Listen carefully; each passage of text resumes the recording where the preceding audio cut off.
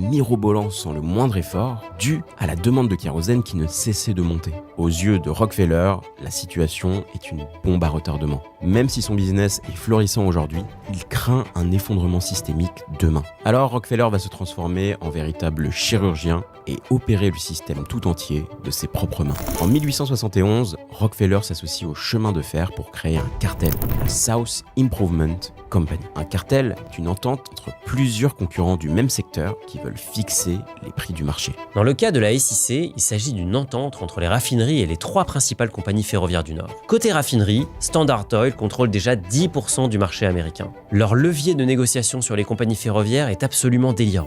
Mais la guerre des prix est en train de ruiner cet avantage. Pour garantir des revenus stables au chemin de fer, Standard Oil s'apprête à répartir équitablement son fret entre les 3 compagnies de la SIC. En contrepartie, les compagnies s'engagent à louer les camions citernes de la Standard Oil. Elles s'engagent aussi à doubler les prix du fret pour toutes les raffineries extérieures au cartel. De plus, pour chaque baril concurrent transporté, 1,6 $ seront reversés à la Standard Oil. Le coup de grâce, c'est que les compagnies ferroviaires acceptent de faire de l'espionnage industriel pour Standard Oil. Elles lui fourniront alors toutes les informations qu'elles possèdent sur les autres raffineries. Les trajets, les volumes transportés et bien sûr les dates d'expédition des barils. Mais en février 1872, coup de théâtre. Un informateur anonyme fuité l'accord secret. Les producteurs de pétrole se mettent en grève et les raffineurs concurrents vandalisent les citernes de Standard Oil. Mais au lieu de capituler, Rockefeller retourne la polémique à son avantage. Il sait que 90% des raffineries sont déficitaires, qu'elles sont terrorisées à l'idée que Standard Oil puisse bénéficier de remises sur le fret.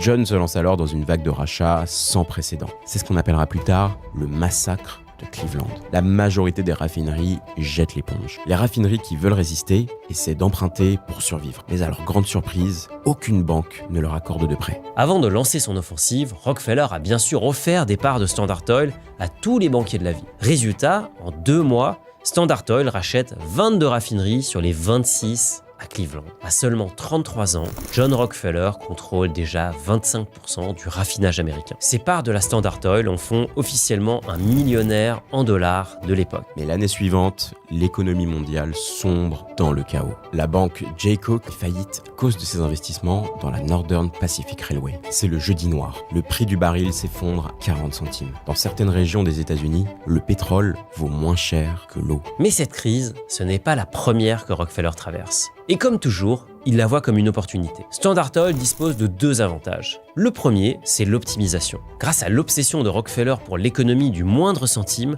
ces raffineries résistent à l'effondrement des prix. Le second, c'est le levier du capital. Rockefeller réduit les dividendes de Standard Oil afin de dégager des réserves de cash. Avec cet argent, il continue de racheter les raffineries qui font faillite un peu partout dans le pays. John D. Rockefeller accomplit alors sa mission divine. En éliminant les raffineurs les plus faibles, il renforce la santé du secteur. Cela permet aux consommateurs de s'éclairer à bon marché avec un kérosène de qualité. L'année suivante, il investit massivement dans les pipelines. L'enjeu est double, disposer d'une alternative au fret ferroviaire et bien sûr, limiter l'accès des concurrents à ces pipelines. Résultat, à l'été 1874, Rockefeller contrôle déjà 36% du transport via pipeline. La Standard Oil paraît inarrêtable. En 1979, la compagnie contrôle 90% du transport et du raffinage du pétrole américain. En 80, elle est valorisée à 3,5 millions de dollars, l'équivalent de 110 millions de dollars aujourd'hui. La compagnie se diversifie et commence même à faire ses propres forages. Mais cette croissance folle, Rockefeller ne la voit pas d'un bon œil. Standard Oil est basée à Cleveland, mais l'entreprise a 40 filiales réparties à travers tout le pays. Or, dans un pays décentralisé, chaque État possède sa propre législation. Un État peut alors taxer les entreprises depuis un État voisin, voire leur interdire d'exercer sur son territoire. Pour Rockefeller, cette contrainte fait de Standard Oil un géant au pied d'argile. Le 2 janvier 1882, John Rockefeller crée le Standard Oil Trust. Un trust, une fiducie en français, n'est pas une entreprise mais un contrat de transfert de gestion. Une personne, appelée constituant, transmet la gestion de son patrimoine à une autre personne de confiance appelée fiduciaire. Les 37 actionnaires les plus importants de Standard Oil et de ses filiales confient la gestion de leur part à un petit groupe de 9 personnes. John D. Rockefeller, évidemment, son frère William, son associé Henry Flagler et 6 autres fiduciaires. L'entreprise Standard Oil est ensuite séparée en 7 entités différentes, une pour chaque État où l'entreprise est présente. Standard Oil of Ohio, Standard Oil of New York, et ainsi de suite. Officiellement, on a donc des entreprises indépendantes qui opèrent chacune dans leur État respectif. En réalité, les 9 fiduciaires agissent en tant que conseil de direction clandestin de la Standard Oil. Pour Rockefeller, il ne s'agit pas seulement de contourner la loi, mais de transformer ses associés en missionnaires. Les employés sont encouragés à acheter des parts de Standard Oil, puis de les confier au trust. Rockefeller le voit comme le cercle vertueux du capitalisme populaire. Les employés investissent leur énergie et leur argent dans sa croisade pétrolière, et en retour, John Rockefeller les enrichit. C'est le début d'une longue période de prodigalité pour Standard Oil. De 1882 à 1906, l'entreprise reversera 65% de ses bénéfices sous forme de dividendes.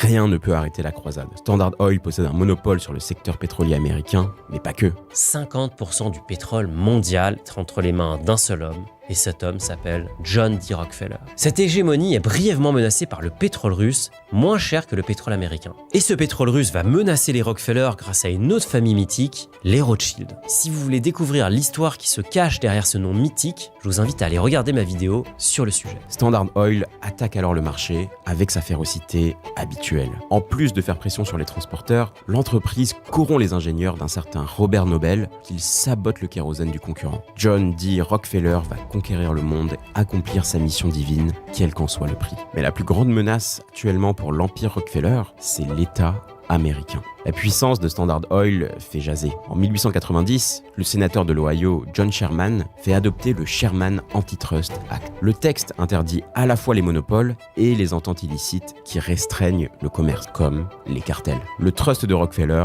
coche bien sûr les 2 cases. C'est le début d'un chassé-croisé avec les autorités. Après 2 ans de bataille juridique, en 1892, l'État de l'Ohio obtient la dissolution du trust. En réponse, Rockefeller crée maintenant une holding au New Jersey et se pense tranquille. Mais le combat est loin d'être fini. En 1904, la journaliste Ida Tarbell publie une enquête de 900 pages sur les pratiques de la Standard Oil. Son mobile, son père, a été ruiné pendant le massacre de Cleveland, enclenché par John D. Rockefeller. Le scandale secoue les États-Unis. Cette fois, c'est l'État fédéral qui s'en mêle, qui attaque la holding Standard Oil au nom de la loi antitrust. On est en 1909. Après 15 mois de procès, Cour décide la dissolution de la holding. Rockefeller fait appel et en 1911, Cour suprême entérine la dissolution. Standard Oil est découpé en 39 sociétés indépendantes. Certaines existent encore aujourd'hui, comme Chevron, UTLX, ExxonMobil. On pourrait croire que la légende de John D. Rockefeller s'arrête là. Et effectivement, il décide de se retirer des affaires pour se concentrer sur la philanthropie, son autre mission divine.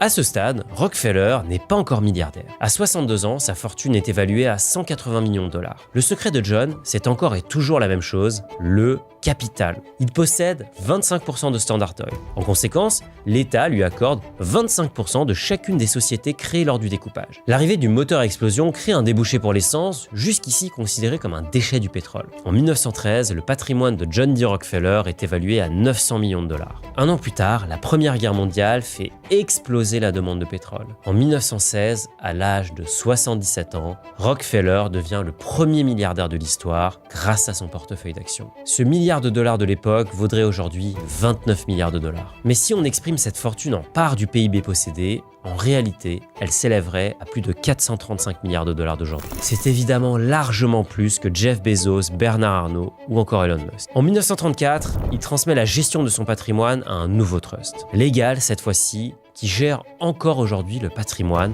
de ses nombreux descendants.